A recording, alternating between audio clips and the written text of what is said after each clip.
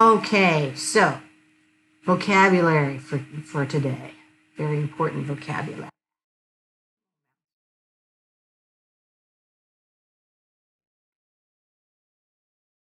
All right, so parallel lines. They're lines they never get any closer and they never get any farther apart. They are always going to be on the same plane, because if you had lines that that uh, there's another, so we know they don't intersect. They never get any closer. They never get any farther apart. But there's another group. There's another description where they don't get closer. That they never intersect, but they do get farther apart, and that's what's called skew. Okay, so in this picture right here, line N and line M are supposed to be parallel. But you'll notice K that comes up from underneath, it intersects N, but it does not intersect M. They've made M look, so just to make sure no one was confused, they made M, they didn't draw M to continue going, but if it did continue going, where they seem to intersect, they would not. This is trying to be a 3D picture, right? So the same as, look down here, if you've got a box,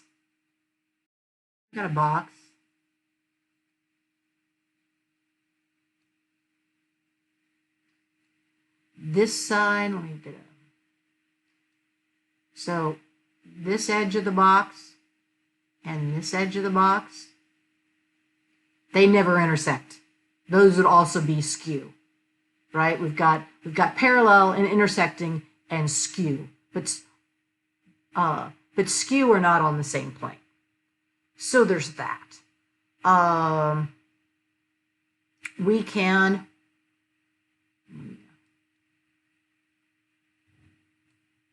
look down here. My drawing keeps coming with me. Okay. If we were looking for lines that were parallel to CD containing point A, CD is the one with the line that contained point A, that could be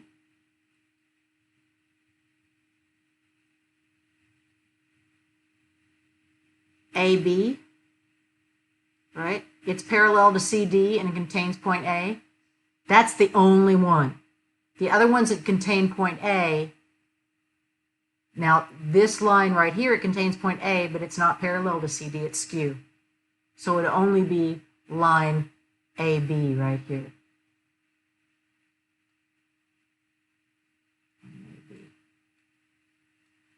Skew to CD and containing A would be AH. Got AH, the one I just drew. Also AG. See how it could go like diagonal here? AG. So AH, AG.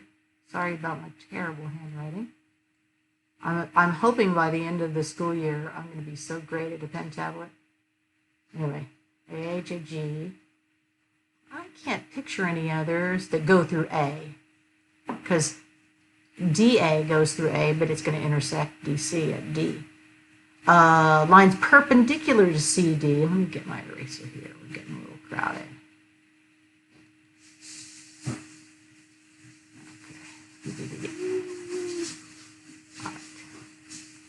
Lines perpendicular to CD containing point A.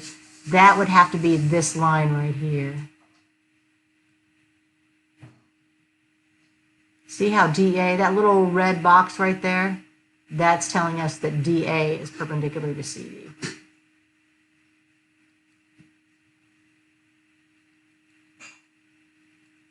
DA. And planes parallel to EFG. EFG is the bottom of this and contains point A, would be the plane on top here. And we would say that was plane ACD. We could call it plane ACD. You could choose any of those three letters in any order, as long as you choose three of the letters from that plane on top.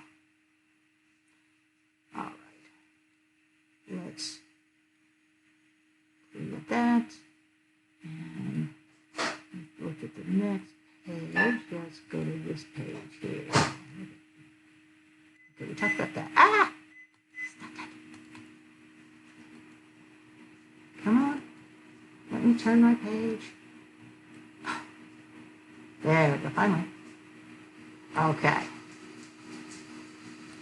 So, they tell us, and this is stuff you already knew from the last thing. See the little marks? That's what tells that they're parallel. They mark them like that. This is what this little square thing right here tells us that line K is perpendicular to line L. They also give us postulates. As you'll call, postulates are facts that we can't prove, but we assume are true because they make logical sense. The parallel postulate says if there's a line and a point not on the line, then there's exactly one line through the point that's parallel to the given line. So in other words, they're saying you can't have an extra line in here that goes through P and that both of these are parallel. It's not possible. Same thing here with the perpendicular postulate. If there's a line and a point not on the line, there's only one line that goes through the point that's parallel to the line. You can't have two.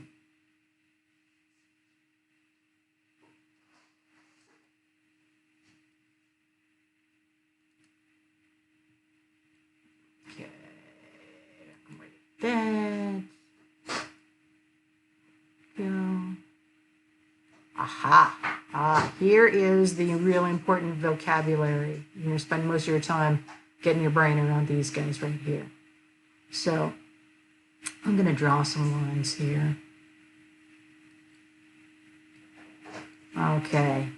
So a transversal is a line that intersects two other lines, two or more other lines at different points. So see how this one right here is the transversal. I should have made it in a different color.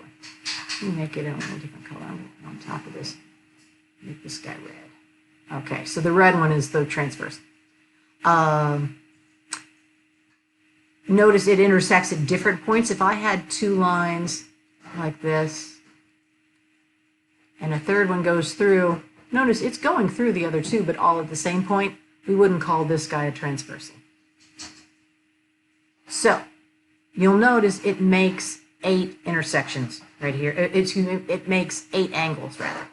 So I'm going to number them the way we usually number those. So 1, 2, 3, 4, 5, 6, 7, 8. You can number them however you want, but this is the way they usually get numbered, and that's how they've numbered them right here.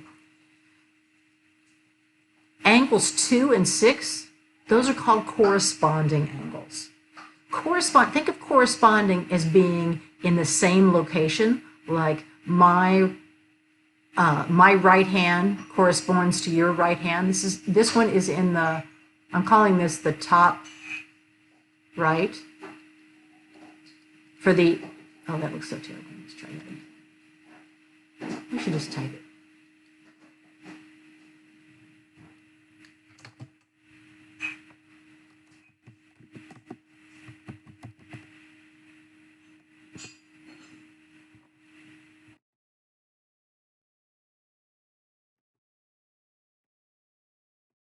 See how both of those are in the top right?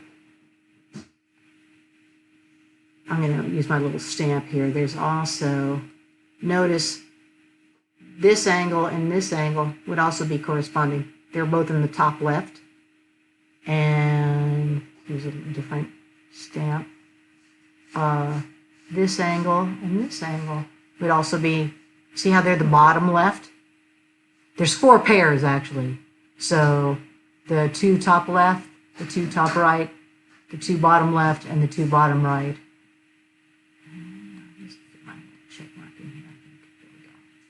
You see it?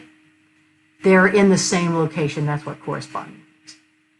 Now, alternate interior angles. Let's talk about interior versus exterior.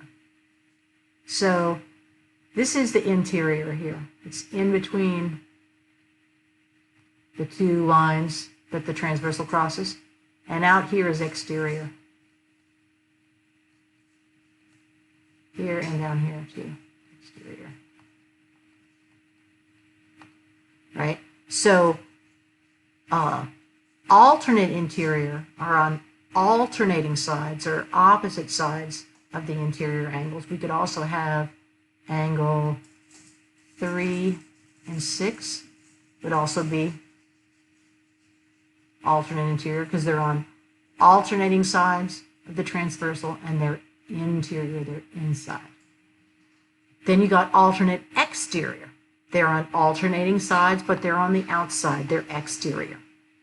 Notice also 2 and 7 would be alternate exteriors. Then the last one is consecutive. Consecutive means in a row. These are right next to each other. Consecutive interior angles. So 3 and 5 would be also 4 and 6 would be consecutive interior angles.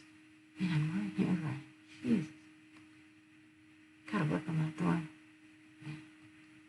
Try it again. 4 and 6. Slightly better. Okay.